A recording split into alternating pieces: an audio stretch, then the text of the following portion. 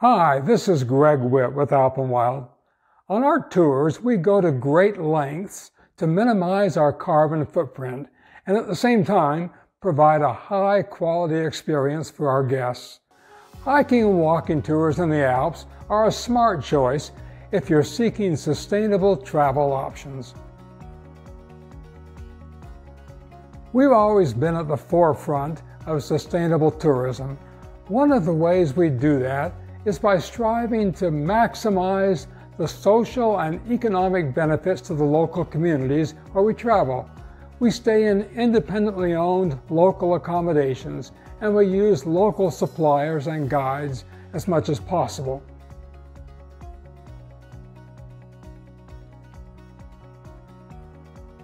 We make every effort to maximize the benefits to the cultural heritage of the Alps. We focus on authentic local cuisine and traditions.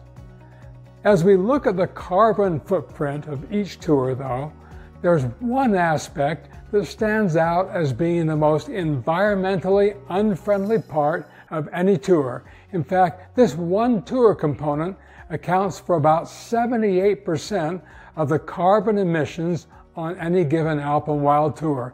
And that tour component is international air transportation. And if you're coming from North America to Europe, it's transatlantic airfare. It's a part of your trip over which we have very little control. So in this video, I'll share with you 3 tips on how you can mindfully and conscientiously plan your international travel, and you'll learn how to select flights that will minimize your carbon footprint and environmental impact. First, choose eco-friendly aircraft and airlines. Look for airlines with a fleet of newer, mid-sized planes and fully booked flights. 2 of the most fuel-efficient planes flying today are the Airbus A350-900 and the Boeing 787 Dreamliner. And major transatlantic carriers like Delta, KLM, United, and American receive consistently high scores for being among the most fuel efficient. Next, book non-stop flights. Non-stops use the least amount of fuel. If a non-stop flight isn't available for the route you're taking, look for the most direct flight with the fewest number of stopovers. A straight line is shorter than making a big deviation, and that reduces carbon emissions. And finally, use a booking engine that shows the estimated carbon emissions on different flight options.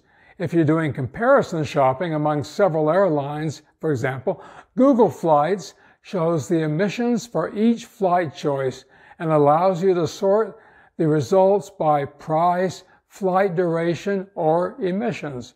Those 3 simple steps can go a long way to minimizing your carbon footprint. Do you want more?